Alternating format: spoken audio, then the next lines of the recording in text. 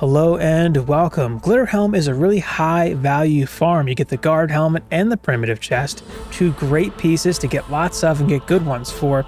I've got a build here that has been really reliable for me. I haven't actually failed with it yet, and it has stood up to a 4-player group live on stream. Catch me over on Twitch, link in the description if you're interested, but I'm going to run it here with some pretty low stats solo. So I've got fusion DSTs here, 5500 power and 2500 range and rate for them. My traps and auras won't be fusion, but I've got 4000 power and range for each of those. I'm going to have some fusion walls going in here, 6000 fortify on those for that flat 30% rift armor, and I'd also like to bring in some rift armor on those with some overclocks. Fusion overclocks offer a flat 50% armor as well, so that's what I'm using. I'll be running fusion DSTs, walls, and overclocks, and that's it for fusion defenses.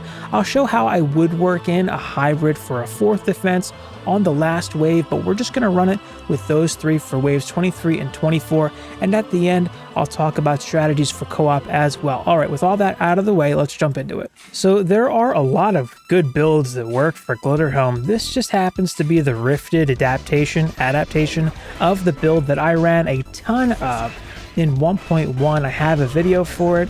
It's going to look very similar if you're already familiar with that build. So let's G it up here. I'm going to start with some auras here, ensnare electric, and then I'm going to shrink the strength drain way down because it's just for the wall, really, nothing else. I'm going to drop the wall on this south lane on the pot here, stretch it across, and then I'll swap over to my traps and drop the Inferno out in front, then a gas right behind it. So I've got Inferno, gas, and auras. That's going to be the pattern for pretty much every lane. Darkness behind the wall, and then I'm going to finish it off here with a buff beam. Now I'm going to drop the buff beam like this for the sake of what I'll show you later, but this can really just be on everything in any orientation. It doesn't matter how exactly it goes down. 2 levels on that buff beam, 3 on the wall, and then 2 each on the strength drain, the electric aura, and the Inferno. Right now the Inferno and electric auras are fusion, but I'm going to swap those heroes out of the deck so they won't be when we run the waves. Now it's going to look similar for each lane here, but I'm going to go in the middle of the stairs here, ensnare electric, shrink the strength drain way down because we're not going to want that to burn down too quick. Traps coming out now.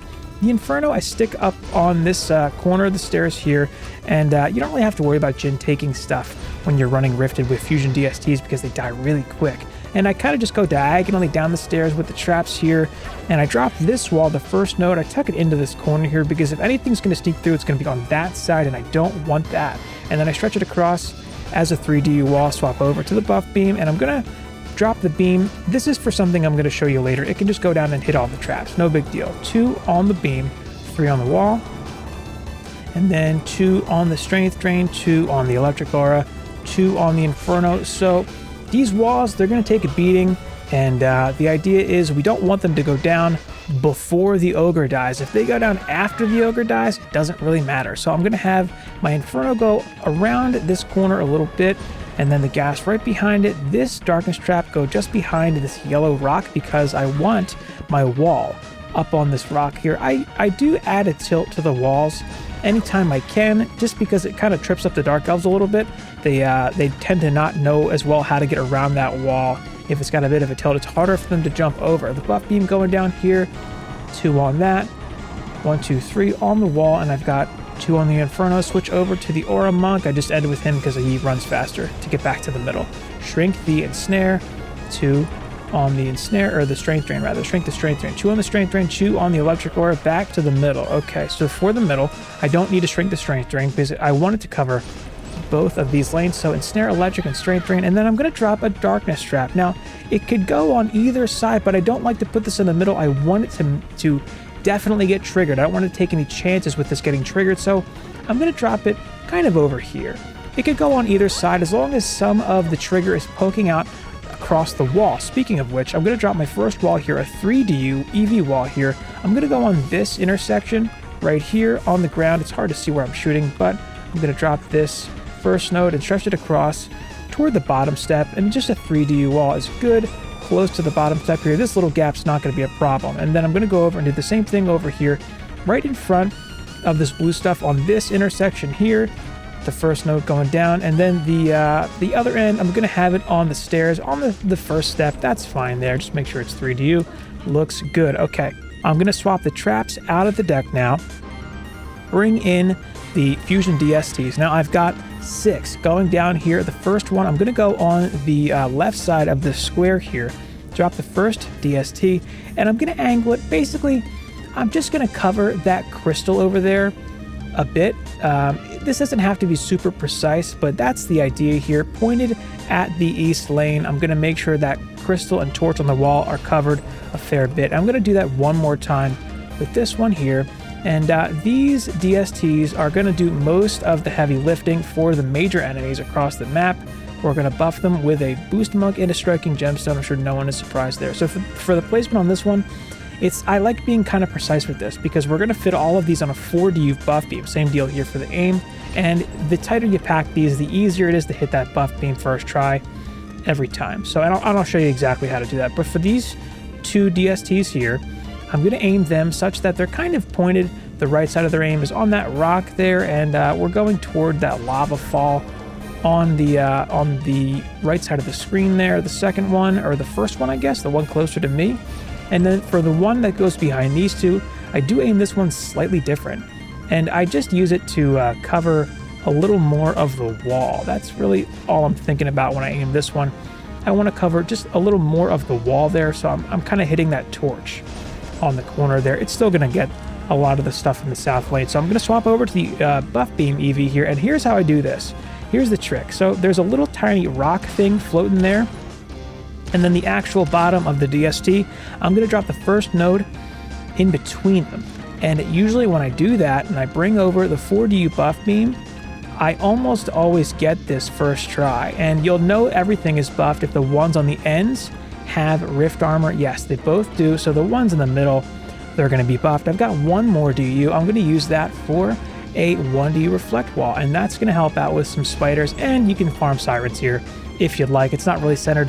It doesn't matter. So why I like this build so much is that the walls have 80% rift armor, which means they can take a bit of a beating from the ogres. That's the idea. We can't count on, if an ogre spawns here, easy game. It's over. That guy's going to burn down quick. He might not even make it around the corner. We might not even see him. But if it's in any other lane, the wall can hold it back long enough for the DSTs to do their job and take it down. So speaking of which, I'm going to I'm going to level up the buff beam on them. I'm going to max that out. I've got plenty of mana here left, assuming I can actually get to the buff beam. I'm going to hit, actually not going to max it out. I'll do 4 levels on that. I've got a lot of mana left. I might as well just hit this. Strength Drain and Electric Aura once each, and then 1, 2, 3 on each of the middle 4 DSTs. I think it's better to spread the mana out a little more evenly, one on each of these ends, because I would be adding 10% of the bonuses on the buff beam to max it out for 1220 mana versus adding another 10% to 4 DSTs that are going to be doing a lot of work. So I just think that's the better play. And I'm going to hang on to some mana. Now, with these walls, you can actually upgrade and repair them from here, which is why they're angled the way they are, and they also have enough of a gap away from the crystal to take an exploding kobold and not have any splash damage hit the crystal. The darkness trap's got enough trigger range on this side to get triggered when things come down, and it's going to have enough range to cover things on this wall, so anything that gets to the wall is just going to kind of stand there and be blinded. That's the idea. So here's how I start these waves. I'm going to overdrive, swap over, G up, boost, open up the map. Where's the ogre? The ogre's here. Okay, so this is going to be an easy one. He's already dead. Once the ogre's dead, that's the wave. You don't really have to worry about anything else after that. I've got a couple sirens here. I'm going to farm them because I can, but I'll let the wave run. That's the idea, though. Once the ogre's down, it's pretty much, that's all there really is to it. This wall, sometimes this wall over here will take a lot of damage. That wall tends to take the most damage for me of the two. Let's see, the trap, yeah, the darkness got triggered because something made it over there and triggered the trap. If it's in the middle, it generally doesn't get triggered. That's why I like to put it off to one side or the other. Either side is fine, but I like this side a little bit better because I want to make sure the stuff on this side is actually getting blinded. And maybe we can see it here if some enemies make it to the wall, they just kind of stand there. But yeah, you're not going to see really much make it right now. Maybe this goblin. No, okay. Well, that's what the blind does for the trap. So yeah, this in this wave, we got lucky. The ogre spawned in the middle. I would like to show it not spawning in the middle for one of the waves in this build, in this video, hopefully. So I'm going to skip to the end of this wave here. Okay, so I collected the mana. I'm just going to hang on to it. I'm going to just G it up and try to see if we get an ogre in one of the outer lanes. Everything stayed up, but my wall north was pretty low. That's generally going to happen. That's the one that I find takes the most damage during the wave. So one more time, we'll overdrive. Swap to the monk, G it up, tower boost, and our ogre is... okay, he's south. Wow, he died super fast. I don't know if you saw that. I'll zoom in on the map. But yeah, we had the ogre south. So he went down really, really quick that time, which is fine. We don't really mind him going down quick. But yeah, that's the idea. So he might not go down that fast, east or north. In fact, he probably won't. But south he goes down pretty quick. At least he did there for me. And there we go. I don't know if you can see it there, but yeah, I've got my damage numbers on pretty big. But either way, the enemies just kind of get to the wall and they stay there. That's kind of the beauty of the Darkest Trap. This wall really hasn't taken much damage this whole run. Yeah, 2686. It's not much at all. Okay, so I lost this wall here on the north. That tends to be the one that takes the most damage during the wave. So here's something. I'm going to try something out here. Well, for one, I'm going to swap over to my electric or a hybrid monk, and I'm going to swap the aura stack out. Now, if you have a hybrid monk with a fusion defense set up, either in snares or electric auras, you can try that out as well. I like running my hybrid electric aura monk here for this specifically, so I'm just going to swap the aura stack over to him now. And this is just to show something else you can do. He's got even less power, same range but 3,400 power, so a lot less.